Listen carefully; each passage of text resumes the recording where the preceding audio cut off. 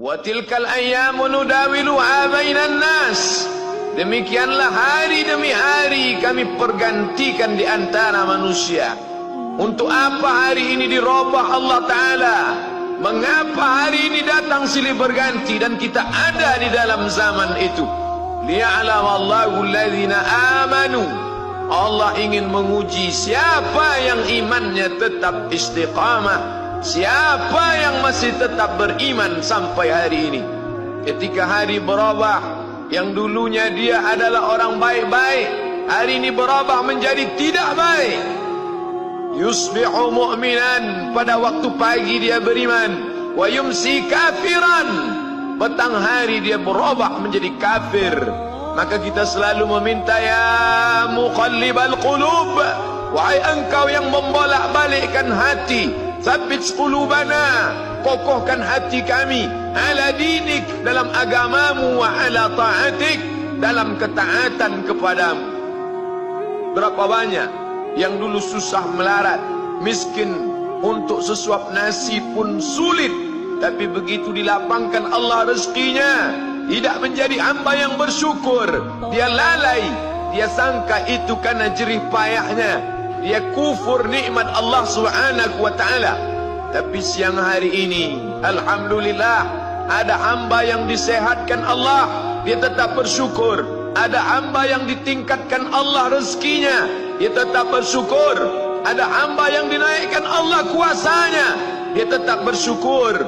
La in syakartum, kalau kamu syukuri nikmat itu, la azidannakum, pasti akan kutambah.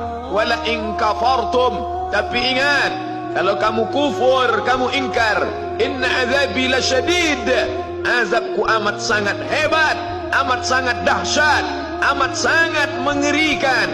Berapa banyak orang di masa lalu mati dalam azab Allah Subhanahu wa ta'ala. Umat ini dikatakan baik bukan karena banyak ibadahnya.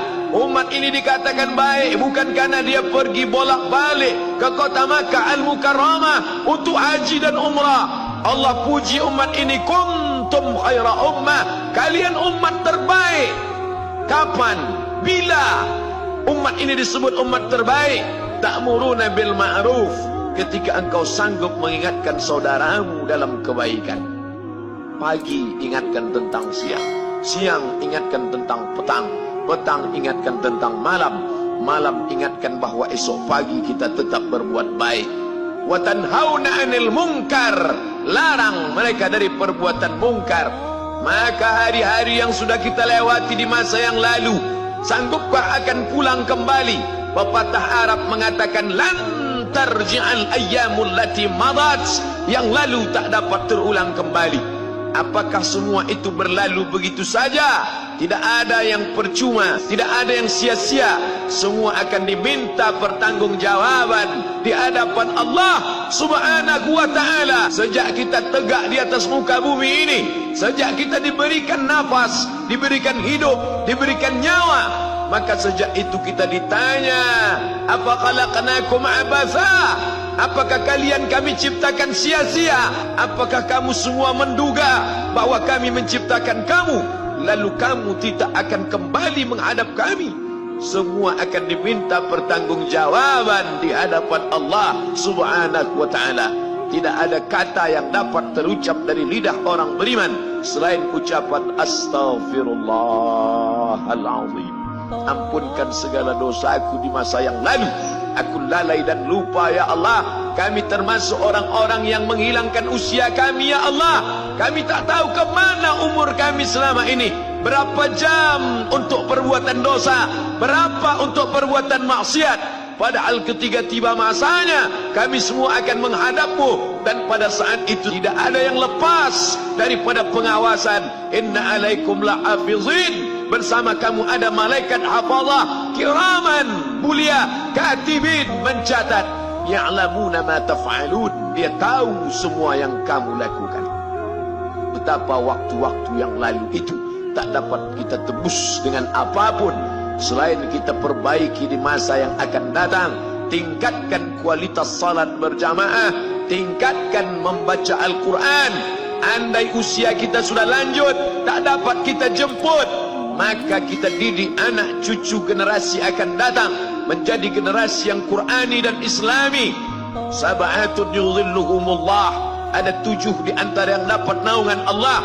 Yauma la dhilla illa dhilluh, hari itu tidak ada naungan kecuali naungan Allah Subhanahu wa taala.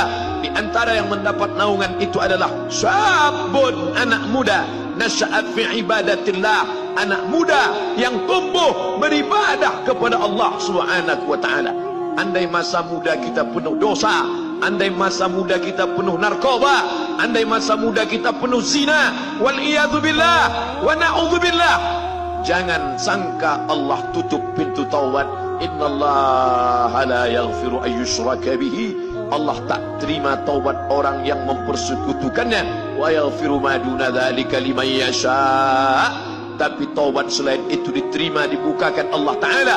Mari perbaiki anak menantu, cucu, kawan, sahabat, andai talat, ajak ke jalan Allah Subhanahu wa taala. Itulah salah satu memperbaiki yang masa lalu, kita perbaiki di masa yang akan datang. Di antara tujuan Allah mengapa dia buat kita masih hidup di akhir tahun ini, ya'lamallahu allazina amanu, Allah menguji siapa yang masih tetap dalam istiqamah iman dan Islam. Tujuan kedua, mengapa Allah buat kita hidup sampai hari ini? Wa yattakhidha minkum syuhada, wa yattakhidha minkum syuhada, Allah ingin melihat siapa di antara kita ini yang layak untuk menjadi syuhada, iskariman, hidup mulia, au mutsyahidan, atau mati syahid. Pilihan orang Islam tidak banyak. Kalau hidup, hidup mulia. Kalau mati, mati syahid. Jangan hidup hina, mati terlunta-lunta, tidak diterima Allah Subhanahu wa taala. Hidup mulia atau mati syahid dipersaksikan oleh para malaikat.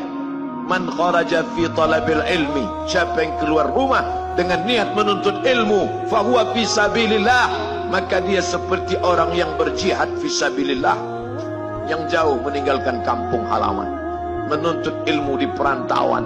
Jangan kau sangka kau anak yang terbuang, engkau adalah seorang syahid. Andai mati dalam perjalanan, maka matimu adalah seorang yang mati syahid. Mencari rezeki yang halal, meninggalkan anak dan istri demi untuk memberikan nafkah, menjaga diri dari riba, menjaga diri dari haram, menjaga diri dari syubhat. Ditinggalkan anak yang masih kecil, istri yang memerlukan kasih sayang.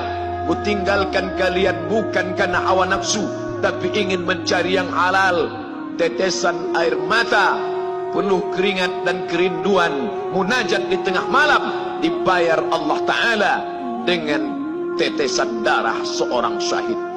Man mata duna malihi, siapa yang mati membela kehormatan hartanya, fahuwa syahid, maka dia mati syahid. Betapa seorang yang susah melarat hanya untuk menjaga diri dari yang haram dan syubhat, Allah muliakan dia. Inna akramakum indallah, yang paling mulia di antara kamu di sisi Allah, atqakum, yang paling takut kepada Allah. Ramai kita di rumah Allah ini, yang paling kaya kah yang paling mulia? Tidak. Yang paling ganteng dan paling hebat kuasanya kah yang paling mulia? Bukan. Yang paling berilmu, buya, kiai, ulama, apakah dia yang paling mulia? Tidak ada jaminan. Tapi yang paling takut kepada Allah Subhanahu wa ta'ala, takut terjerumus dalam riba, takut terjerumus dalam syubhat, takut makan haram, sehingga dia biarkan dirinya dalam kesusahan, susah dalam pandangan manusia, melarat dalam pandangan orang kaya, tapi hidup mulia dalam pandangan Allah, para malaikat, nabi dan rasul.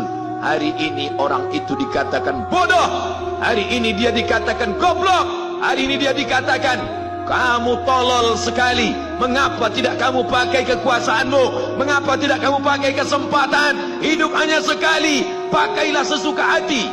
Tapi dia takut kepada Allah Subhanahu wa ta'ala. Pagi dan petang dia katakan, Allahumma ajirna minan nar, Allahumma ajirna minan nar, Allahumma ajirna minan nar.